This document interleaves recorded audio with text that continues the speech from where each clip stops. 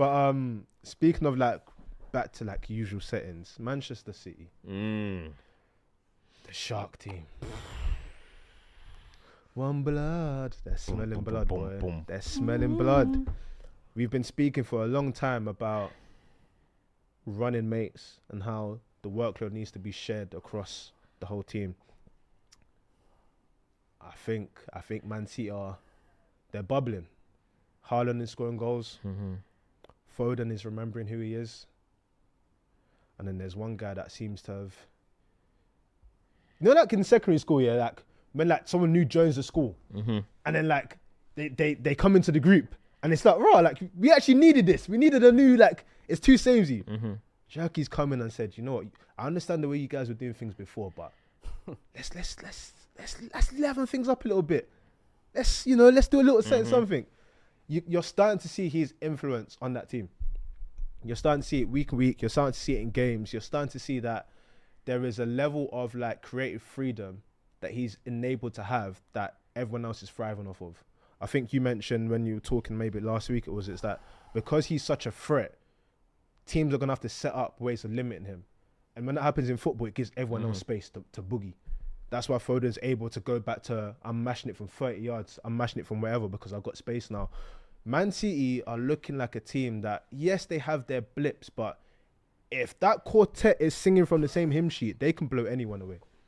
I'm intrigued. I'm intrigued, especially now. You know, this December period is usually where the engine gets going. 5 wins in a row in all competitions. Boy, four in the league. One of them being Real Madrid to make it the 5. So 5 wins in a row in all competitions. And as you're saying, like the thing about Man City is that they have firepower, bro. Yeah, they have firepower. You know, we always know they have firepower with Erling Haaland. That goes without saying. But as I said before, Phil Foden. Well, I didn't say before. It was on my channel. Sorry, my bad. It was on my channel. But Phil Foden joining the party. That's the problem. That's a huge problem. I was saying, Erling Haaland and Phil Foden, they are responsible for 2 Premier League titles as individuals. Haaland in 22-23, obviously Man City are always a great team, but Haaland in 22-23 was a driving force behind Manchester City winning a Premier League title. Phil Foden in 23-24 was the driving force behind City winning a title as well. Do you know what I mean? So there's not many occasions where you have individuals at the same team who are responsible for in different seasons title winning teams. Do you get where I'm coming from? Yeah. So that is actually a special thing. Foden can say, I'm responsible for a title. Haaland can say, I'm responsible for a title. And that's something that obviously Arsenal at the moment, who they're chasing, cannot say. And that's not what most teams can say. To have 2 guys that have been responsible at different points is a mad thing. So when you're looking at that, you're looking at 2 seasoned winners. That's a problem. That is a problem. And the thing is, we're talking about Cherki and all this stuff. It's getting Foden in the zones where he needs to get into. We know what Foden is. He's a shooter. He's a goal scorer. Okay, his creative bag, as people have spoken about, it's not as deep as maybe we thought it would be when he broke through as an 18-year-old. But he is a sharp shooter. Outside the box, he's a threat. Inside the box, he knows how to sniff goals out. And him joining and him running alongside Erling Haaland in a 2-man step, that is a major, major problem. And that's a massive, massive boost for Man City, honestly. On top of that as well, it's like we said, Haaland can obviously carry you almost to a title challenge, but you need the Cherkis, you need the Fodens if you're actually going to go and deliver that title. Yeah. But I think one other aspect as well, and over the last 18 months, I think City's defence has been like a real weak point. And I think Ruben Diaz this season is getting back to levels, bro. I can't even lie to you. I think big Champions League nights, he's putting in performances. Now you're seeing that consistency. I think O'Reilly going as almost like one of the most underrated players in the league at the moment, honestly. He's doing essentially what Lewis Skelly was doing last year, bro. He's a midfielder that's become a left back. He's broken into the England team. Bro, he can create, he can score goals. Going forward, he adds a lot to their attack, in my opinion. And I think it's not just the attacking supporting cars as well, but it's the little unit behind him as well. It's the Nico Gonzalez. Coming. That was the last one, and I'm so glad you mentioned it. Because we talked about him with the hot thing. I remember one time. Yeah. But he has actually just almost that Rodri absence that we constantly spoke about for like a year. We ain't had that conversation in months. The thing is, if they can get back to if if Diaz can get back to the level that you're saying, and he's playing at a really good level at the moment, obviously we need to see Vardio's come back good as well. But City have still conceded a is, few goals in the Fulham game was couple crazy. games, so you don't want to go too far. But you're looking at if they can get that spine right of Donnarumma, Diaz, Nico Gonzalez, Phil Foden, and Haaland. Rodri's back soon. Right? That's it. No, he's not actually. Apparently, he had a setback. Don't rush Apparently, it. he had a setback. Don't rush it, so brother. then you've got that core. Then you've got that core. Yeah. If they can be playing week in, week out, 90 minutes week in, week out, and they're at their best level, then you look at City and you think, wow, they can do real things. Because then you have the extras, which is Reinders, Cherki, which is Doku. You know what I mean? So that's the problem. But hey, I'm saying these guys as extras. These guys, Cherki's They can Doku's change taking games, over bro. games. They can change games single-handedly. What the take I would have in it is, City always have a level, or used to have a level of certainty that no matter what happens, we're scoring you off the park and we're winning the game. There was a fear when you played Manchester City. And when I'm seeing these performances, when I'm seeing like already each week you're planning, shit, how do we limit Erling Haaland? You might think, we might score a few goals, but you're thinking, how do we limit Erling Haaland?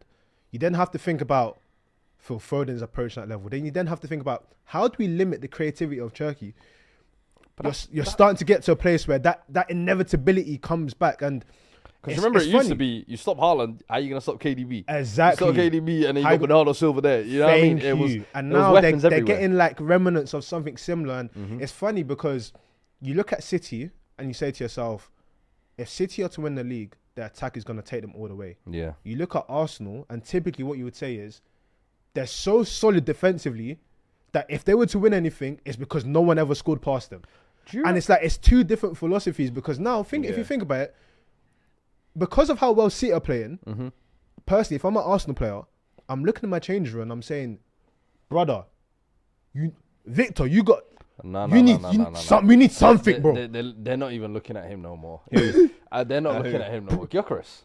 Yeah, come on. We'll talk on Arsenal. No, but do you get what I'm coming from? We'll get to that. Can we talk about why we're really here? Can we talk about Mattis, Ryan, Cherki, please? Are we ready to have that? Because let's discuss. This guy hate watches Cherki, you know. What? He hate watches Cherki because of me. Because of me. Yo, you know what I like about this guy? Because of me. You know one thing I love about Camps? What? He knows how to paint a narrative. Yeah. He is a master.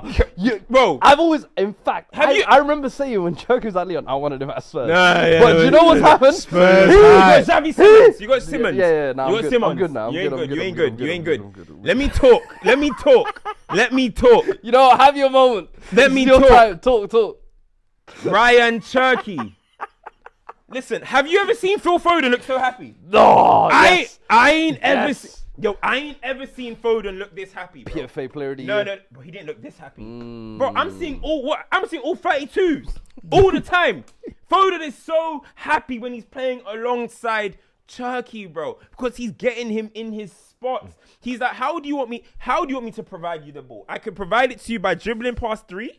I could Rabona it to you. How do you want me to provide you this football? Man and said, Foden Siri, is saying, how may I assist you? Thank you. And How may Foden I is saying, assist you? thank you very much, bro. The partnership between them is purring. Erling Haaland just sitting back. He has the best seat in the house, just watching them. And he's like, oh, yeah, okay, yeah, Nunes, just throw it. I'm going to go score on my own thing. What Ryan Cherki's doing, a lot of people didn't expect him to do this because a lot of people don't want to look at the footballing ability. They don't want to. They want to call him a fat shisha merchant, right? They want to call him fat shisha boy, whatever. They want to call him all that. Exactly. They want to call him that. But he lost a lot of weight, though. No, but the reality is, when you are a technical wizard like him, it supersedes anything. Yeah. Do you know what I mean? And people thought it was going to be a comparison him and Verts and blah, blah.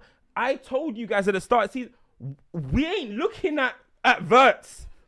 We're looking at Mbappe. I told you this. Hey! We have a bigger. Someone get this guy. We have a bigger target, bro. What are you talking about now? Comfortable at the Bernabeu. And do you know what's funny? People said big games he won't play. He won't play these. I thought he wasn't even going to start at the Bernabeu. But now he actually has that trust from Pep. Chill on Mbappe, bro. Bro, Chill on Mbappe. Pep trusts him because if you look at it, off the ball, he's working.